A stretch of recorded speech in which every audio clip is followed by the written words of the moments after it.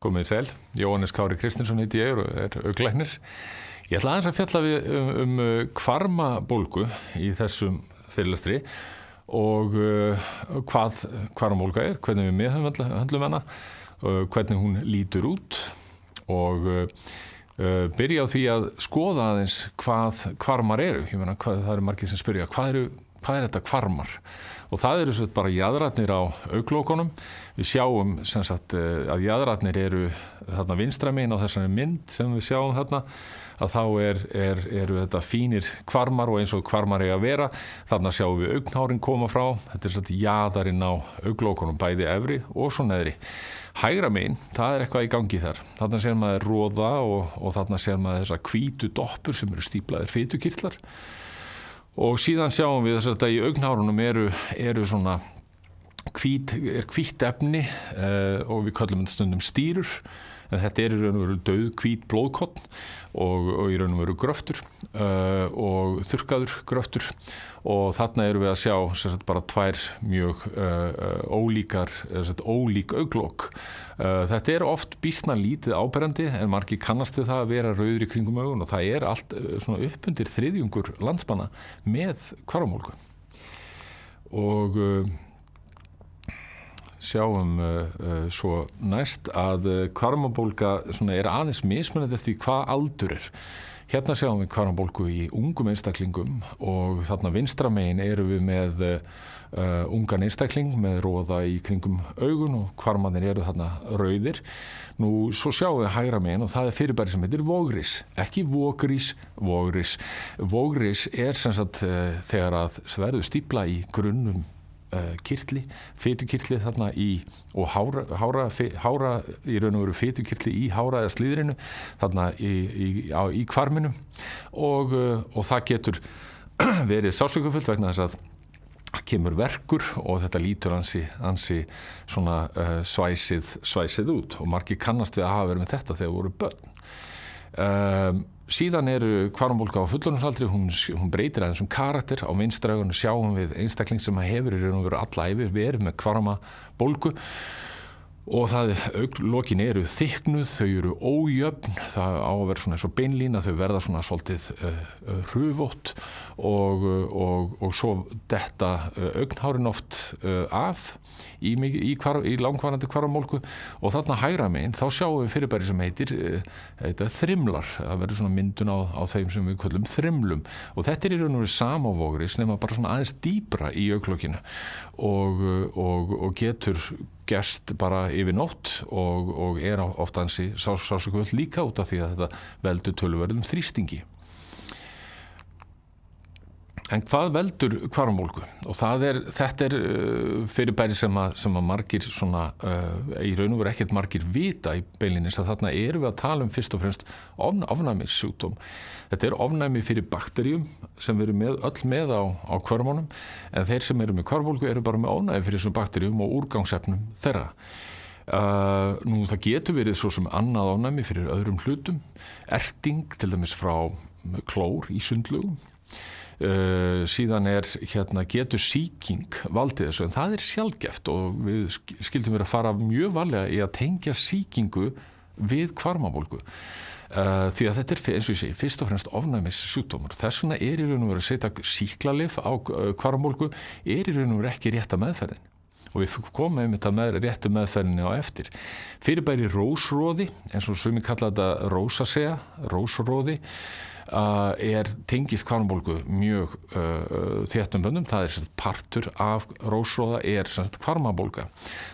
Rósroði þegar að koma svona útbrot í kinnarnar og jafnvel nefið og hvarmabólga eiginlega svona stór partur af því og þá meðhöndlaður með rósroðanum.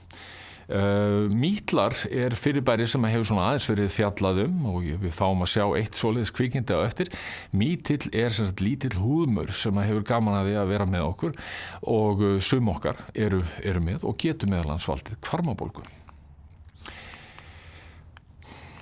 sjá næstu slæðu. Nú þarna vinur Voss og Blóma, Mítill, og hann þarna vinstra megin og þetta fyrirbæri sem að dvelur stundum hjá okkur í hára sekkjónum hjá okkur, eins geðslegt og þannig hljómar.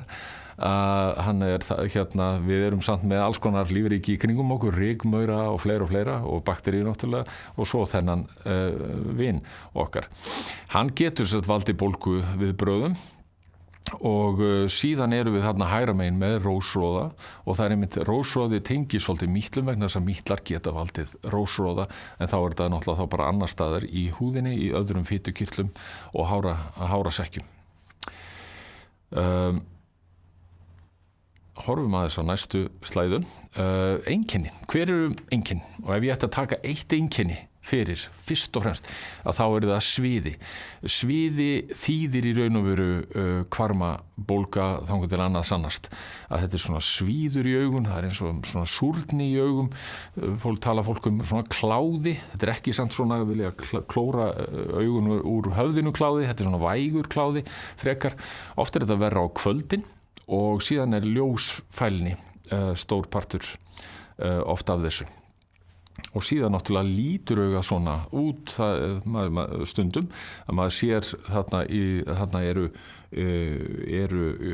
stírur í augunum og stírusöfnun einmitt oft merki hvarmabólgu. Þarna erum við með svo aðra mynd sem svona sýnir þetta svona hlið við hlið, þarna bara náttúrulega teikning, þetta heilbrigt auga þarna og svo þarna auga með hvarmabólgu og þið sjáu þessa þykknun þarna, þessu bleikir og rauðir hvarmarnir og síðan eru þessar stírur oft á tíðum með.